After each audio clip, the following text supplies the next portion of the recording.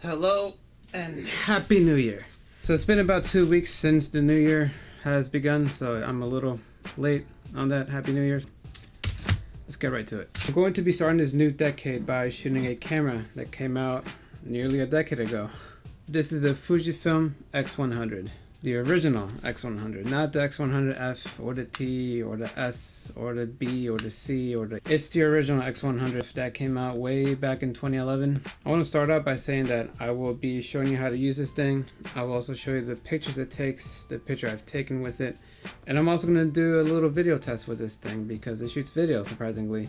And we're going to see what a 2011 camera can do video-wise. I just want to mention that I usually shoot film cameras on this channel. However, this time around I'm going to be shooting a digital camera, a really old digital camera that is, so I guess nothing's really changed. I've had this camera for about 2 years now. I got it back in mid 2018 and I've probably taken hundreds of photos with this thing. Now, prior to me getting this camera, I've been shooting film for about a year back then, so as soon as I put my hands on this camera I felt right at home. The dials, the aperture, everything about this camera just feels very at home because I do, again, primarily shoot film cameras. I want to say that this camera is very lightweight. Don't know how much it weighs exactly, but I know it weighs much less than your typical film camera. But it doesn't feel cheap at all. It feels pretty damn sturdy but lightweight at the same time. I'm not sure what kind of genius engineering had to take place to achieve that, but they did it. This thing is also super compact. I mean, if you take off this lens hood, you could almost fit this thing into your pocket, which is amazing. Okay, fine, this isn't a pocket-sized camera, but it could sure damn fit in your pocket anyways. The Fuji X100 was designed to be a great but simple camera. It has all the functions of a film camera. It has your shutter speed dials up here on top, bulb, time, 1/4 of a second, all the way to 4,000th of a second. So this camera comes equipped with a 23mm f2. You'll find the aperture control in the lens of the camera. Stops down all the way to f16 to f2. Fujinon lenses are really well known for their color science. Both vintage and modern, I absolutely love these lenses. Now to turn this camera on, there's a little switch on the shutter button right here. You just simply turn it to on.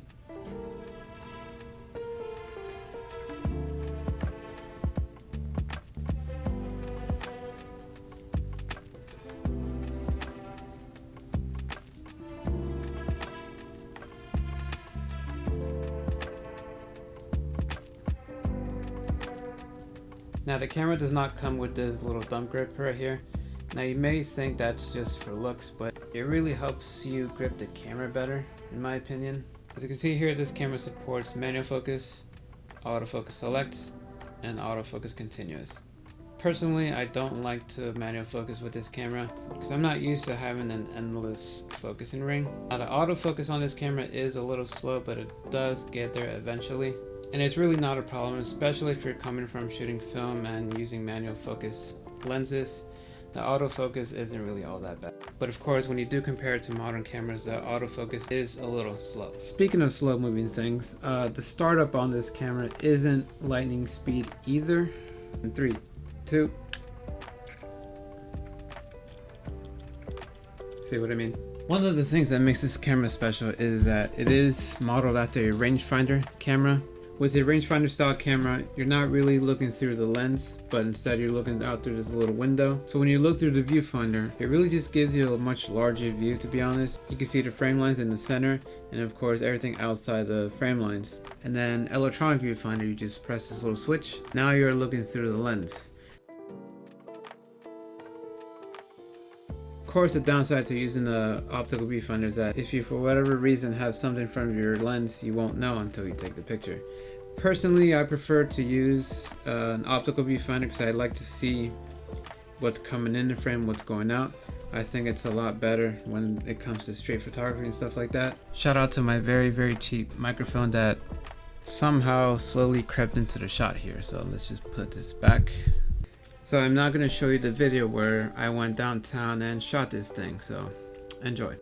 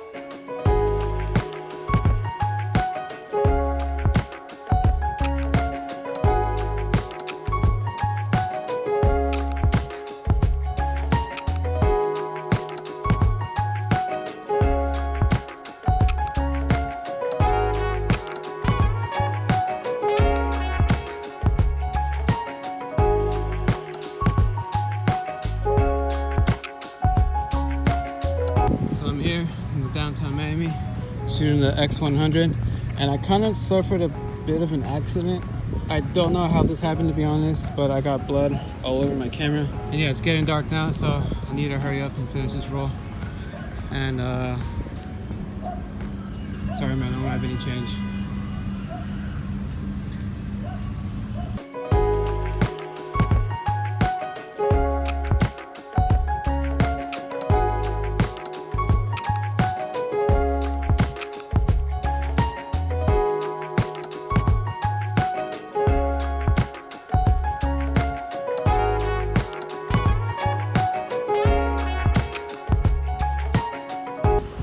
Okay, so it's getting pretty dark.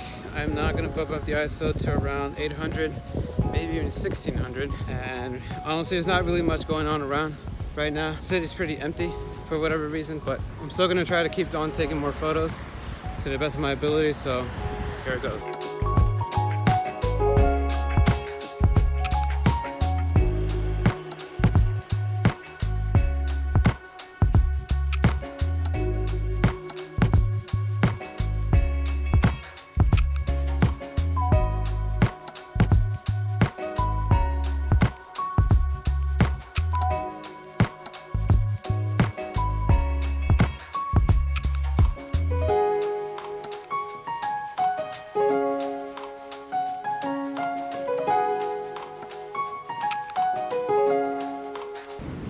Okay, it got really dark now, so I'm gonna switch to ISO 3200, and I'm also gonna switch to ISO 6400 later on to see how that performs.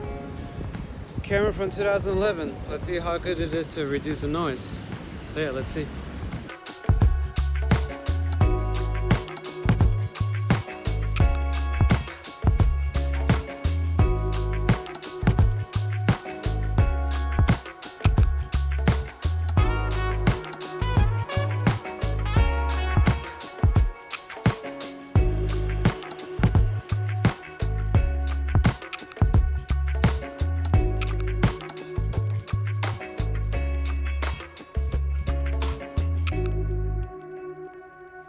Well, that was madly entertaining. So I'm really happy with the photos that I got on that day. Yeah, definitely not bad for a camera that came out in 2011.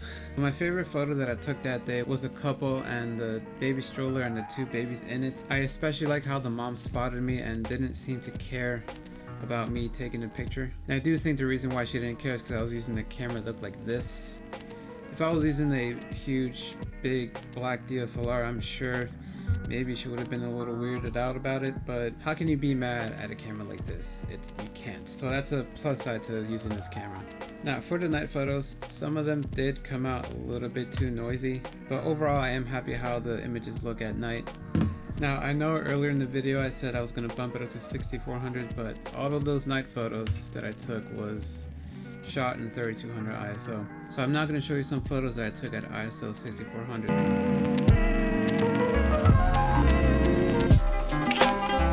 I'm now going to add some of my favorite images that I took with this camera.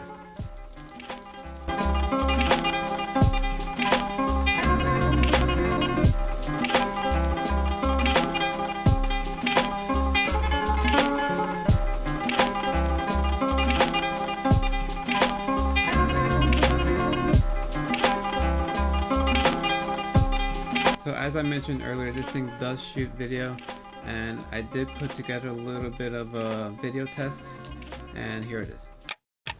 Okay, so this is a test shot of the X100 video capabilities. I'm not sure how good this is working out. I am hand holding this camera right now, and I'm not really using any sort of stabilization, so I'm assuming this is very, very shaky. I can see the camera shake. I am gonna add this little Gorilla tripod thing to make the footage a little bit stable. Alright, I just added the Gorilla tripod thing to the camera, and I'm really just winging it. I don't even know if I'm aiming at, oh, I think I do have myself centered. Don't know how great the autofocus is. I'm assuming it's very slow and very shaky and very noisy too. I don't think this camera's meant to do video. I think it's only meant to do pictures, but we'll see now, won't we? This doesn't look half bad. The audio is probably garbage. Is that better? No? Yes?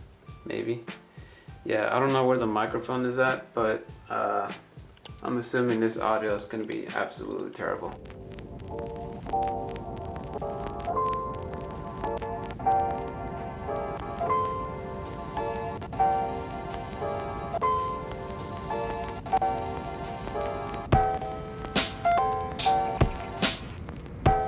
Man, it's really windy outside.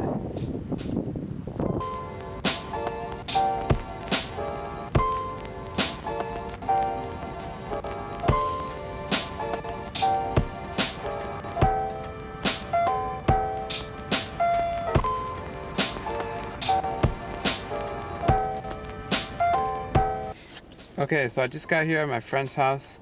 I'm here to edit a YouTube video for her. Her name is Luna.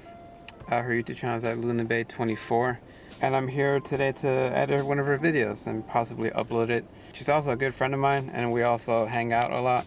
So this is just really just a typical day for me. Let's get right to it.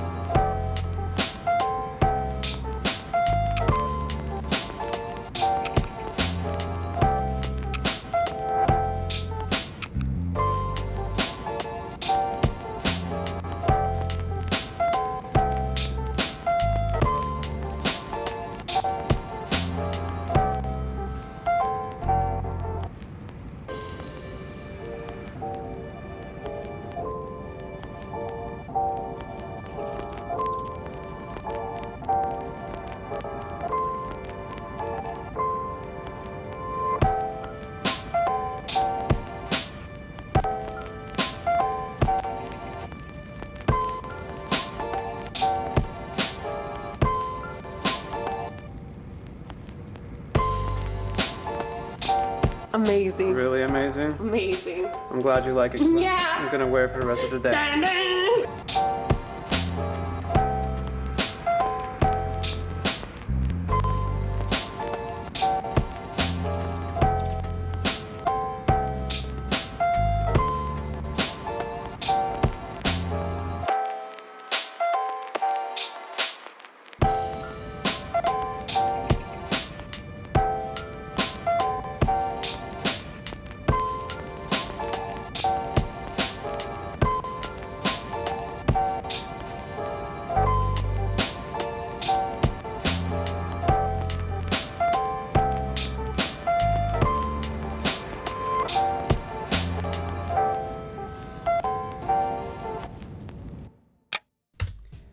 So yeah, that was a video test. Really not that bad for a 2011 camera. I mean, yes, there was a lot of autofocus issues, stabilization issues, and microphone issues. I mean, this thing, any bit of wind is just gonna destroy the sound quality. So that video that you just saw was straight out of camera. No color grading, no sound editing, no stabilization, no nothing. It was straight out of camera. And to be honest, really not that bad of footage. Not a great vlogging camera, but useful. I mean, the footage is pretty high definition. This is 1080p video after all. Do I recommend this camera? Yes, I do. Whether you're shooting film or digital, I think it's a great camera for a beginner. They only go for about $300 or $400 on eBay, which is a lot cheaper than the X100F, which is the current model, I believe. And that goes for about $1,100. I mean, I wouldn't recommend it as a video camera, but as far as just taking photos, it is a great camera. Yeah, so with all that being said, until next time. Oh.